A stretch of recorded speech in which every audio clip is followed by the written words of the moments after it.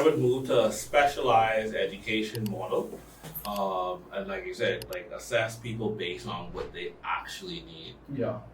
Also, your minimum wage situation will be based on your BJC results. So your living wage, your very base, which would I think should be about maybe $300 if it were me.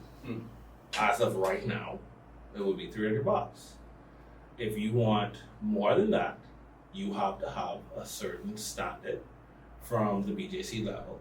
And if you want more than that, you have to have a certain standard at the BGCSE level. And then if you want more than that, you have to have legitimized certificates of study from a tertiary institution. Tertiary education. Or whatever the case would be. And until you do that, you're not fixing anything. Now you're incentivizing education. So you know at this point where it's at 260, you're going to be locked in that because you know the BJC or BGCSE.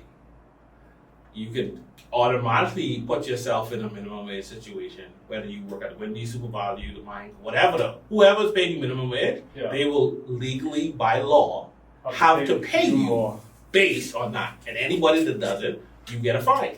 And you know how people suffer in silence and allow jobs to mistreat them? Whistleblow on your job. Show us that they've been mistreating you. And when the fine comes, we will give you a portion of that fine for your pain and fucking suffering. I'll be snitching like crazy. Right? I'll be looking for a job in the street. I mean, I know I worked a job when I first tried to reset almost 10 years ago. They were paying their security guards less than $3 an hour. Jesus Christ. They were paying me $4 and change per hour. The only reason I was able to make what I was making because I was a very fucking hard worker. I would work fucking 12, 18-hour shifts. Plus I was a hustler. Yeah. And I would get a little something from the building manager until I switched over to become a building tech because I worked that hard. Yeah. Right?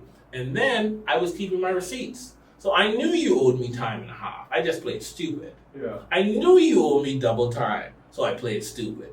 And I knew that when I left, I could take those receipts, go to the labor board, run me that money. And because you didn't want to pay out, hey, I'll take a settlement. That was one of the quickest settlements ever, right?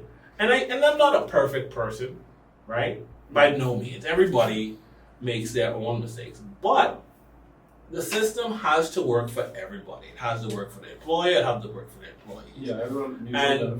And the current system needs to be reset.